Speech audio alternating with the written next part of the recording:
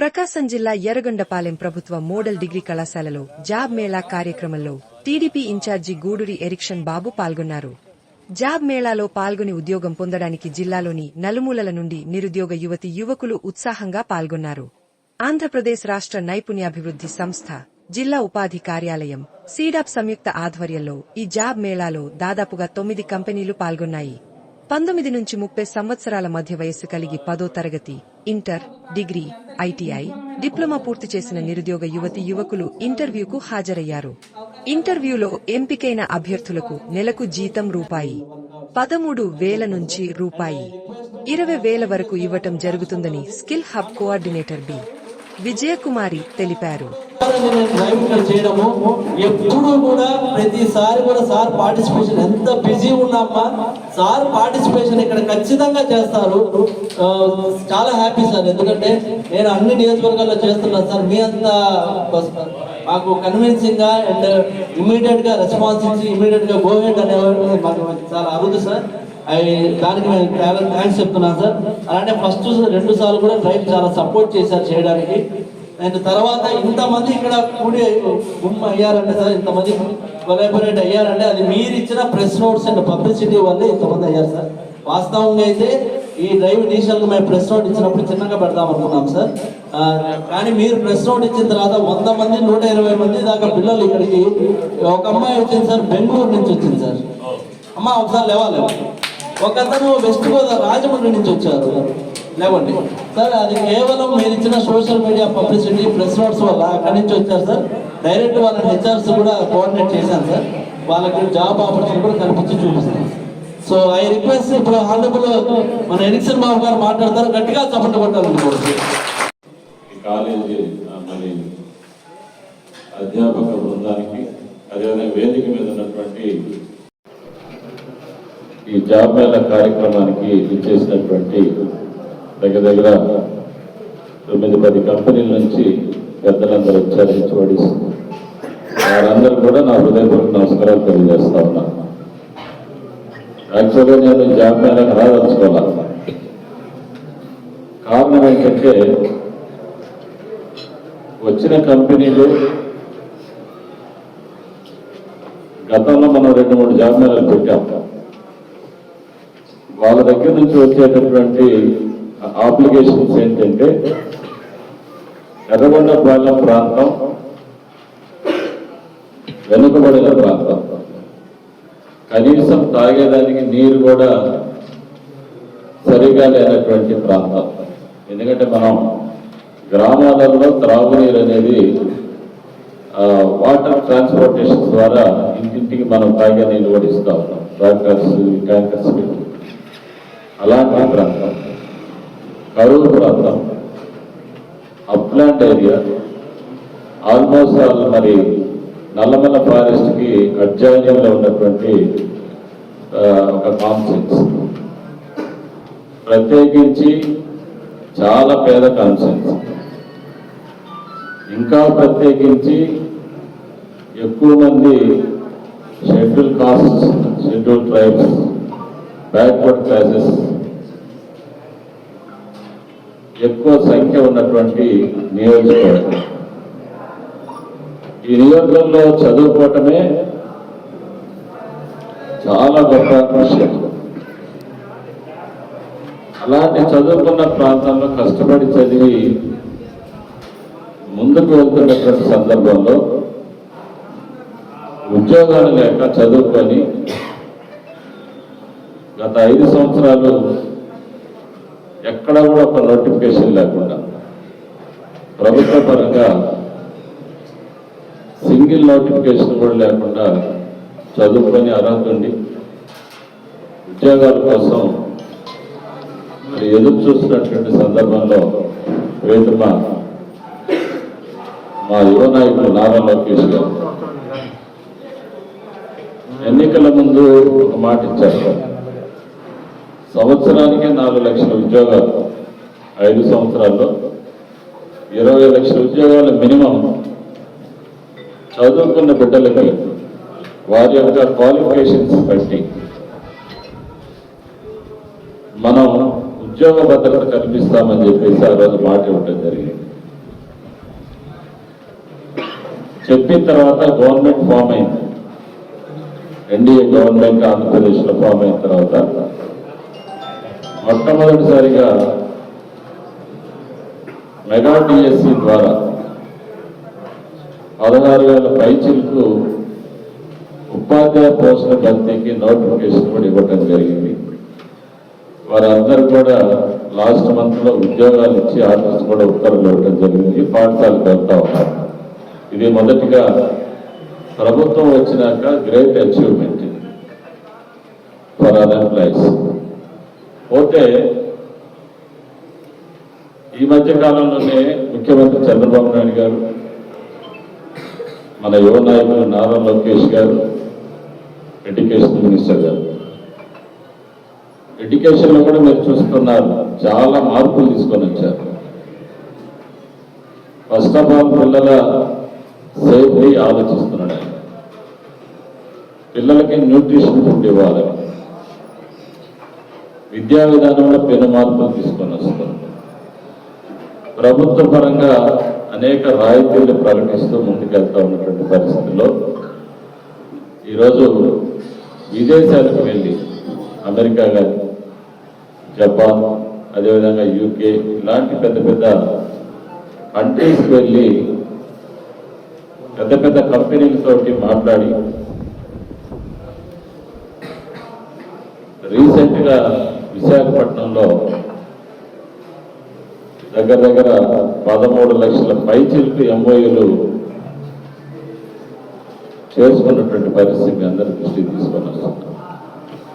దీని ద్వారా 16 లక్షల మంది చదువుకున్న నిరుద్యోగ బిడ్డలందరూ కూడా ఉద్యోగ కల్పనలు, ఉద్యోగ అవకాశాలు రాబోతా ఉన్నాయి రాష్ట్రంలో.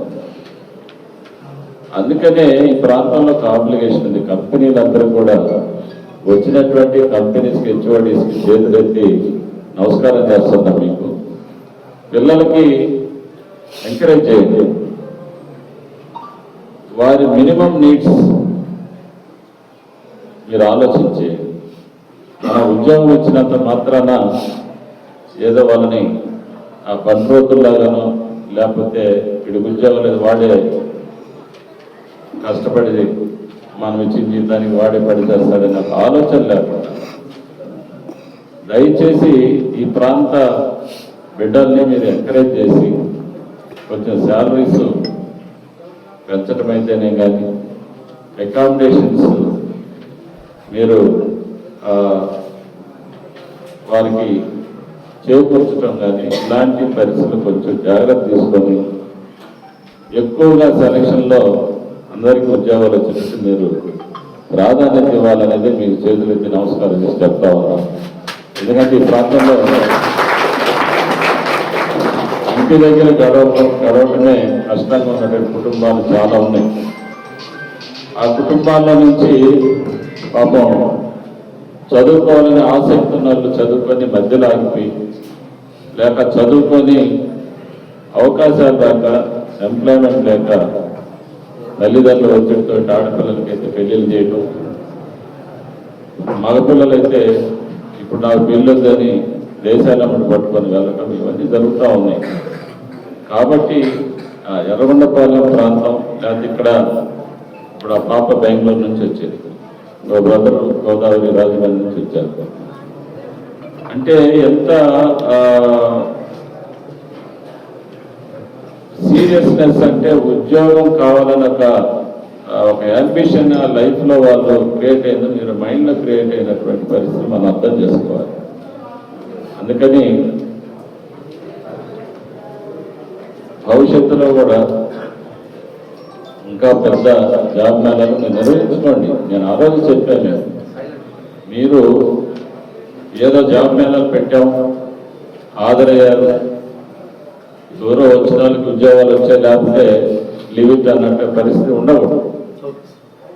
మీరు పెద్ద పెద్ద కంపెనీస్ని మెగా జాబ్ మేళా అంటే మినిమం 5,000 మెంబర్స్ అటెండ్ అయ్యేటట్టు చదువుకున్న పిల్లలు ఆ స్టైల్లో పెట్టాలి.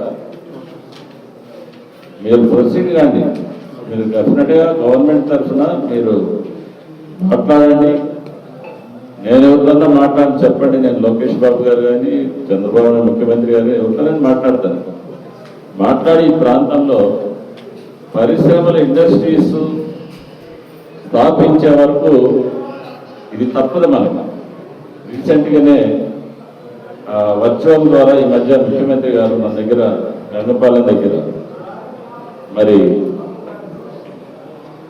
ఈ ఇండస్ట్రీస్ని మనం ప్రారంభించాం. మొదలవుతుంది కూడా మన దగ్గర ప్రభుత్వ భూములన్నీ కూడా ఈ నియోజకవర్గంలో ఉన్నటువంటి గవర్నమెంట్ ల్యాండ్స్ కూడా ప్రభుత్వం దృష్టికి నేను తీసుకువెళ్ళాను.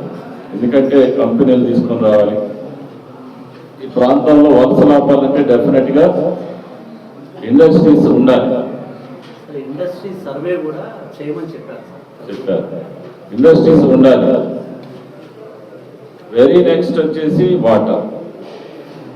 వాటర్ అనేది దేవుడి దయ వల్ల నెక్స్ట్ ఇయర్ కానీ నెక్స్ట్ ఇయర్ ఎండింగ్ కానీ వెలుగొండ ప్రాజెక్టును కూడా మనం పూర్తి చేయబోతా ఉన్నాం. ప్రీతమ ముఖ్యమంత్రి నారా చంద్రబాబు నాయుడు గారు దాని మీద తీవ్రమైనటువంటి ఒక ఆలోచన పెట్టుకొని ఉన్నాడు. ఎందుకంటే సెంటిమెంటల్ గా వెలుగొండ ప్రాజెక్టుకి భూమి పూజ చేసింది చంద్రబాబు నాయుడు గారు. నీళ్లు కూడా నేనే ఇవ్వాలని ఒక ఆలోచన ఉంది. ఆలోచనే కాదు, ఆల్మోస్ట్ ఆల్ రీసెంట్ గా కొన్ని మెయిన్ కాలువల మీద ఎప్పుడో మట్టి పోసుకుని ఉంటే నేనే స్వయంగా కాలువల మీదకి వెళ్ళాం. గ్రేటర్ కెనాల్స్ మీదకి మంత్రులు ఎమ్మెల్యేలు అందరినీ తీసుకొని వచ్చాం. గ్రేటర్ కెనాల్స్ పూర్తిగా కాంక్రీట్ వర్క్స్ జరిగితే తప్ప నీళ్లు సాధారణ వర్షపాతానికి ఆ కట్టలు తెగిపోయేటువంటి పరిస్థితి ఈ మధ్య కూడా 2-3 చోట్ల పెరిగిపోయింది ఈ గ్రేటర్ కెనాల్స్. అందుకని రీసెంట్గా 456 కోట్ల రూపాయలతోటి ప్రధాన కాలువల నిర్మాణం కూడా పకడ్బందీగా సాంకేతికంగా మరి కట్టుదిట్టమైనటువంటి ఎస్టిమేషన్స్ తోటి మధ్య అప్రూవల్ అయితే టెండర్స్ కూడా కాల్ఫర్ చేశారు. వర్క్ కూడా మొదలుపెట్టాం. నీళ్ళు వస్తాయి. నీళ్ళు వచ్చిన తర్వాత ఖచ్చితంగా నీళ్ళు వస్తే కరెంట్ వస్తుంది, వలసలు అయిపోతాయి. మన ప్రాంతంలో ఎకరా భూమి ఉన్న వాళ్ళు కూడా ఈరోజు లక్షాధికారులు అవుతారు. ఇది ఒకదానికొకటి కనెక్టివిటీ ఉండేటటువంటి ఆలోచన. డెఫినెట్గా ఆటోమేటిక్గా విస్తారమైనటువంటి ప్రభుత్వ భూములు ఉన్నాయి. ఇటు వెలుగొండ ప్రాజెక్టు వచ్చి నీళ్లు కానీ వస్తే కరెంట్ వస్తుంది, ఇండస్ట్రీస్ వస్తారు, మన దగ్గరికి ఇండస్ట్రియలిస్టులు వస్తారు. పరిశ్రమలు నెలకొల్పేదానికి అనువైనటువంటి ప్రాంతం ఇది. కాబట్టి ఈ జాబ్ మేళ విషయానికి వస్తే డెఫినెట్గా మీరు అందరూ కూడా కంపెనీలు అందరూ కూడా హెల్ప్ చేయండి. మీరు కూడా ఒకప్పుడు వేలలాగానే జాబ్ మేళల్లో నాకు తెలిసి జాబ్ మేళకు వెళ్ళి సెలెక్ట్ అయిన వాళ్ళు ఉంటారు ఈ కంపెనీస్లో కూడా. అందుకని మీకు ఈ బాధ తెలుసు, ప్రత్యేకంగా మేము చెప్పాల్సిన అవసరం లేదు. ఖచ్చితంగా మీరు సాయంత్రం దాకా ఉండండి.